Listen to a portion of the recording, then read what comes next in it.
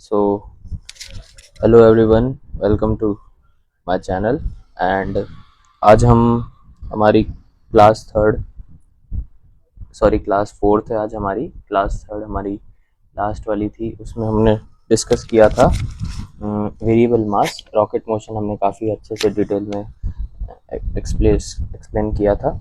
Now आज हम जो बात करने वाले हैं वो होगी एंगुलर मोमेंटम टॉर्क की। और ये एंगुलर मोमेंटम जो हम पढ़ेंगे और टॉर्क के बीच का जो रिलेशन पढ़ेंगे, इसमें हम देखेंगे कि सिस्टम ऑफ पार्टिकल्स और सेंटर ऑफ मास फ्रेम में हम किस तरीके से इसको देखते हैं। आज मैंने जो नोट्स हैं वो डिजिटल फॉर्मेट में बनाए हैं और साथ के साथ जो पीडीएफ है वो मैंने यहाँ पर आप देख सकते हैं, मैंने साथ में अटैच कर दिए, तो आपको प्रॉब्लम नहीं होगी इजीली देखने में।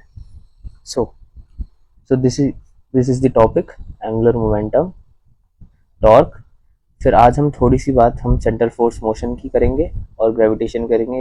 एक्चुअली ये जो तीनों टॉपिक्स हैं ये इंटर रिलेटेड हैं, बट सिलेबस में ये अलग अलग करके दिए हुए हैं क्योंकि जो यूजेस हैं, जो फॉर्मूलेज हैं, कॉन्सेप्ट्स हैं, वो इन तीनों के इंटर रिलेटेड। तो हम किस तरीके से आगे प्रोसीड करेंगे, चलिए देखते हैं।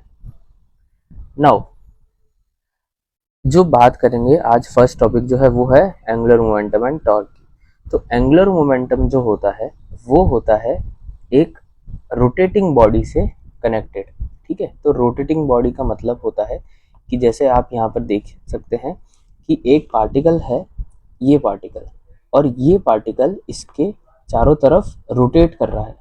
ठीक है, ये सर्कुलर पाथ है, इसके यहाँ पर ये रोटेट करेगा। ठीक है, तो this rotation causes angular momentum. अब एंगुलर मोमेंटम की डेफिनेशन क्या होती है? अच्छा, ये बात समझ आई कि ये हमेशा एक रोटेटिंग पार्टिकल पे डिपेंड करता है। ठीक है, अगर कोई लीनियर मोशन हो रहा है इस तरीके का, ठीक है, और पार्टिकल m है, वो v वेलोसिटी से चल रहा है, तो यहाँ पर हम सिर्फ लीनियर मोमेंटम देखते हैं जिसको हम p से डिनोट करते हैं।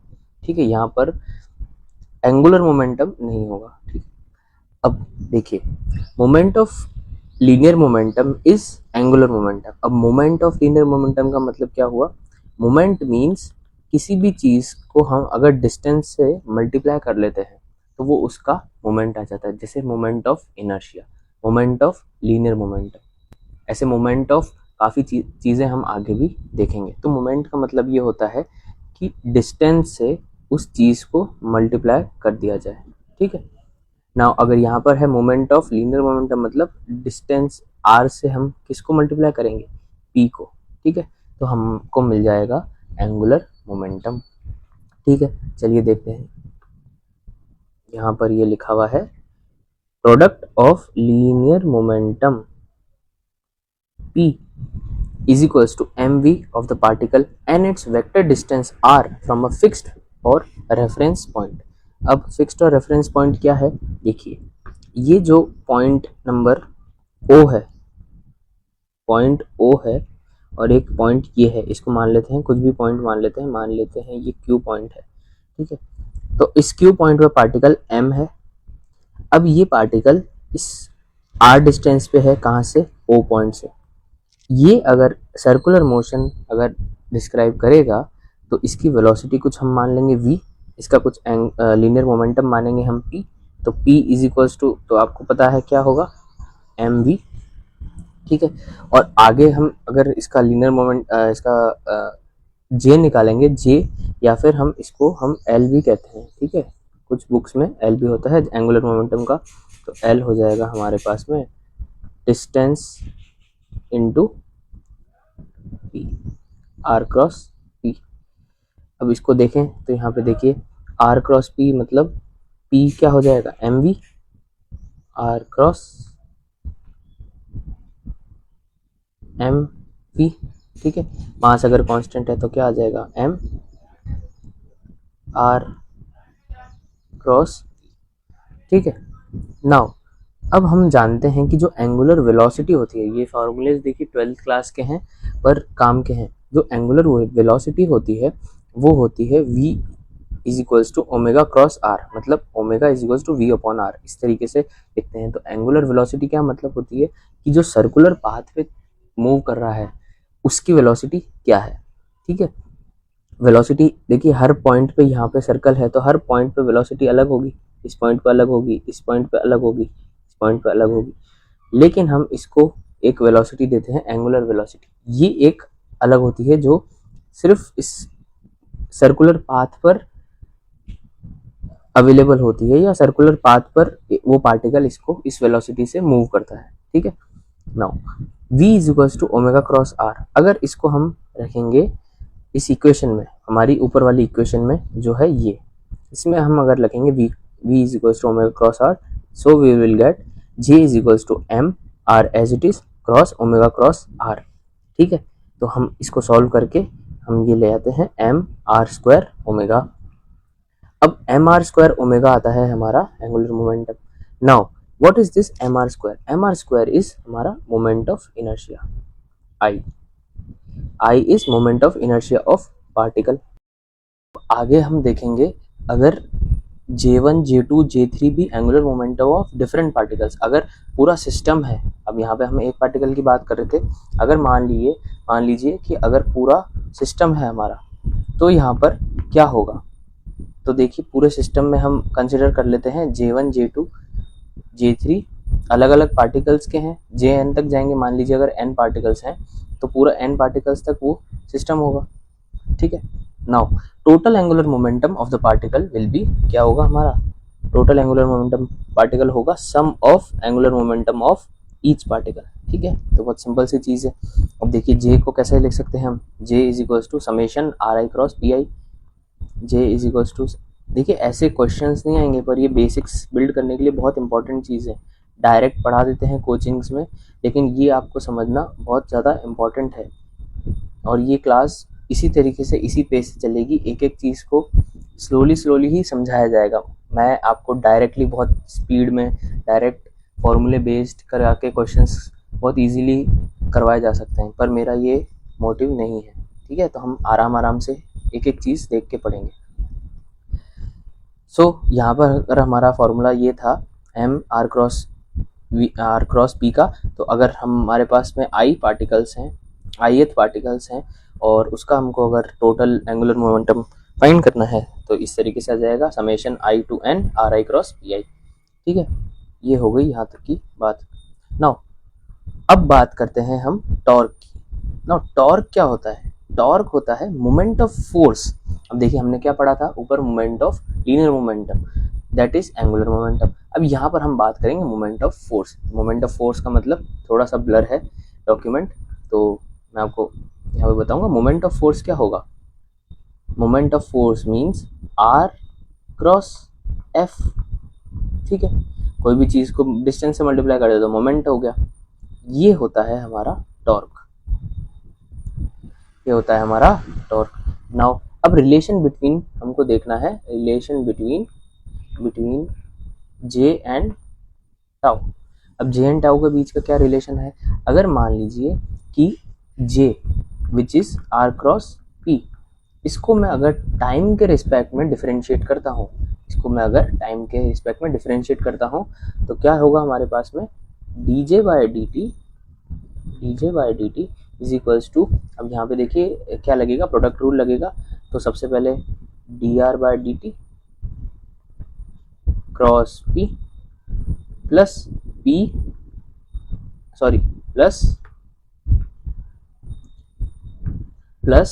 r cross dp by dt। ठीक है, no rocket science, simple differential जो फॉर्मूले हमारे डिफरेंशिएशन। ठीक है, नाउ अब क्या होने वाला है? अब ये देखिए, अब ये होगा कि dr बाई dt को हम क्या लिख सकते हैं? v लिख सकते हैं। ठीक है, gradient of rate of change of distance, हमारे पास वेलोसिटी आ गया, v cross p as it is है, plus r cross dp by dt हमको पता है क्या होता है, f होता है। ठीक है, नाउ v क्रॉस p हम कैसे लिख सकते हैं? v cross mv। ठीक है, plus r cross f as it is. अब देखिए क्रॉस प्रोडक्ट में अगर दो वेक्टर्स हैं डायरेक्टली, ठीक है, तो क्या हो जाएगा? जीरो, एक जीरो हो गया, तो बचा हमारे पास में क्या है? r cross f।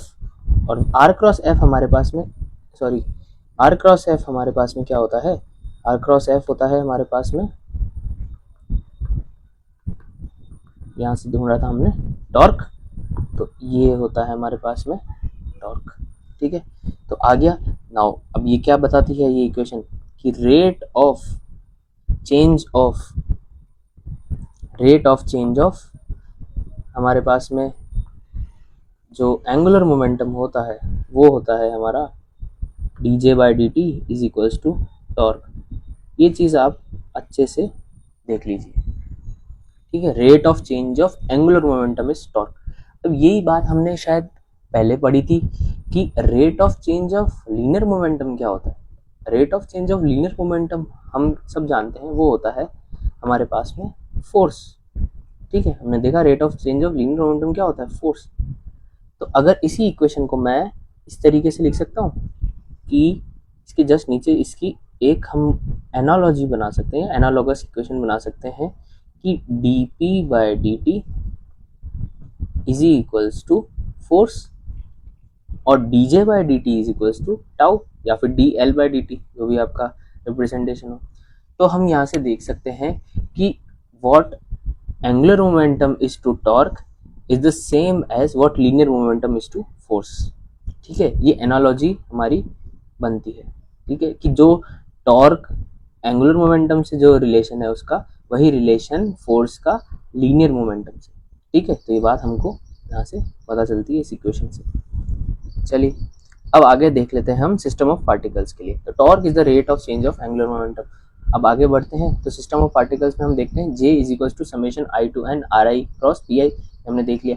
अब क्या किया, दोनों तरफ डिफरेंशिएट किया। जैसे हमने यहाँ पे एक पार्टिकल्स के लिए किया था, इसको अगर हम आर आई पी आई कर दें, देखिए सेम चीज़ है, एक ही इक्वेशन लेके चलनी है, उसको आपको समझते जाना है, बस सेम है, सेम एप्लीकेशन होगा। आगे लगा दो समेशन, यहाँ लगा दो समेशन, ये हो जाएगा समेशन। तो ठीक है, समेशन आई टू एन। अब देखते जाइए क्या क्या चीज़ें हैं, हर जगह आई लगा दीजिए, आई लगा दीजिए, आई लगा दीजिए, आई लगा दीजिए। ठीक है, सिंपल है। नाउ अब वापस यही होगा आर आई क्रॉस पी आई, ये तो चीज़ हो जाएगी जीरो, ये चीज़ हो जाएगी जीरो, यहाँ पे आ जाएगा आर आई। ये देखिए सिंपल है, नो रॉकेट साइंस, बस आपको समझते चलना है। कुछ अलग डेरिवेशन नहीं है, ये system of particles same derivation है। क्या लगा दिया, आई, आई लगा दिया, ये आई लगा दिया। ठीक है, देखिए यहाँ पे समेशन है हमारे पास, समेशन लगा दिया, ये हो जाएगा हमारा सिस्टम ऑफ पार्टिकल्स के लिए D J by D T summation R I cross F I. अब बात करते हैं हम angular momentum of system with respect to centre of mass. अब आती है इंपॉर्टेंट चीज़। अब बात करेंगे, अब ये तो हमने देख लिया कि एक पॉइंट पे एंगुलर मोमेंटम क्या होता है पार्टिकल का या सिस्टम ऑफ पार्टिकल्स। अब हम बात करेंगे सेंटर ऑफ मास। अब सेंटर ऑफ मास में हम जब बात करते हैं तो सेंटर ऑफ मास में हम ये देखते हैं कि एक रेफरेंस फ्रेम होती है, ये रेफरेंस फ्रेम बनाई, यहाँ से एक पार्टिकल ले लिया इस पॉइंट पे, ये इसका पोजीशन वेक्टर। यहाँ से हमने दूसरा पार्टिकल लिया, दूसरा पॉइंट लिया, ये पॉइंट। ठीक है, ये पॉइंट हो जाता है हमारा सेंटर ऑफ मास। हम ये एक तरीके से हम सिस्टम देख रहे हैं। यहाँ पे देखिए ये हमारा सिस्टम है, ये हमारा सिस्टम है। ठीक है, तो मान लीजिए ये हमारा सिस्टम है। अब इस सिस्टम का जो सेंटर ऑफ मास है वो ये पॉइंट पे है, इस पॉइंट को बोल लिया हमने सी, जैसे सेंटर ऑफ मास है। एक पॉइंट पे पार्टिकल है हमारा, वो है पार्टिकल पी। ठीक है, अब इस पार्टिकल पी से इसके बीच का जो डिस्टेंस है वो हम मान लेते हैं ये डिस्टेंस पार्टिकल पी का, जिसका मास है कुछ एम, मान लीजिए एम है इस पार्टिकल का, तो वो वहाँ से इसका डिस्टेंस क्या होगा। और ये मैंने एरो उल्टी तरफ बना दिया क्योंकि डायग्राम में इस तरफ एरो नहीं है, वो ठीक है चलेगा, पर वेक्टर कैलकुलेशन में मेरे को प्रॉब्लम आएगी आगे जाके। ठीक है, तो ये जो है ये हमने बना लिया इस पॉइंट पे। अब ये पार्टिकल P है, ये सेंटर ऑफ मास है, इसके यहाँ से पोजीशन वेक्टर क्या होगा, इसका पोजीशन वेक्टर होगा हमारे पास में आर आई। देखिए ith पार्टिकल का हमेशा पोजीशन वेक्टर क्या होगा, आर आई। सेंटर ऑफ मास का क्या होगा, कैपिटल आर सी, हम लास्ट वीडियो में बहुत बार डिस्कस कर चुके हैं। और इन दोनों के बीच का क्या होना चाहिए, इन दोनों के बीच का होना चाहिए आर सी आई। अब आई कहाँ से आ रहा है, आई है ये पार्टिकल, कोई एक फिक्स नहीं है, ये तो मैंने लिया है इस पी पॉइंट पे। आपका पार्टिकल यहाँ हो सकता है, आपका पार्टिकल यहाँ हो सकता है, यहाँ हो सकता है, यहाँ हो सकता है, कहीं भी हो सकता है। हमको एक जनरलाइज पॉइंट ये लेना है P, और इस पार्टिकल को हम ith पार्टिकल बोलते हैं, मतलब वो कोई भी हो सकता है, फ्रॉम I to N कोई भी पार्टिकल हो सकता है, लेकिन हम ये बोलेंगे ith पार्टिकल। अब इस ith पार्टिकल की सेंटर ऑफ मास से क्या डिस्टेंस होती है, इसको हम RCI लेते हैं, ठीक है। तो अब देखिए ये इस डायरेक्शन में है, ये इस डायरेक्शन में है, और ये क्या है, इस डायरेक्शन में है, ठीक है। तो इसका पोजीशन वेक्टर RCI, इसका पोजीशन वेक्टर RC, इसका पोजीशन वेक्टर RI। अब बताइए आप कि जो वेक्टर लॉ है वो क्या कहते हैं, वेक्टर लॉ ये कहते हैं कि RI इज इक्वल्स टू, जो आपको इक्वेशन में दिख रहा है उनको सबसे पहले लिखिए, जो फिगर में दिख रहा है उसको सबसे पहले लिखिए, तो कभी आपको प्रॉब्लम नहीं होगी। RI is equals to RC plus RCI, ठीक है, इतना समझ आया आपको। नाउ अब हम ये देखेंगे कि थ्योरी में क्या लिख के आना है। n नंबर ऑफ पार्टिकल्स हैं इस सिस्टम में, angular momentum of system about origin, इस पॉइंट के अराउंड ओरिजिन क्या होगा, इस पॉइंट के अराउंड जो एंगुलर मोमेंटम है पूरे सिस्टम का, देखिए यहाँ पे ध्यान रखिएगा किसकी बात हो रही है, पूरे सिस्टम की, उसका एंगुलर मोमेंटम क्या होगा, तो J system SO, JSO means, JSO means angular momentum of system around origin या about origin. Now this is equals to MI RI cross VI, क्योंकि क्या पार्टिकल्स हैं, RI पार्टिकल्स हैं, तो RI is equals to RC plus RCI। Now the next thing is, अब हम यहाँ पर RCI की वैल्यू निकाल लेते हैं, तो देखिए RCI हो जाएगा RCI is equals to RI minus capital RC, ठीक है। तो अगर ये है, तो अगर वेलोसिटी के फॉर्म में लिखें तो टाइम के साथ दोनों तरफ डिफरेंशिएट करके VCI is equals to VI minus VC, ठीक है, velocity of centre of mass. अब इस इक्वेशन को अगर हम हमारी इस ऊपर वाली इक्वेशन में रखते हैं, जो ये वाली इक्वेशन थी एंगुलर मोमेंटम की, सॉरी ये हमने लिखी नहीं, इक्वेशन नंबर 2, तो ये हम लिख सकते हैं।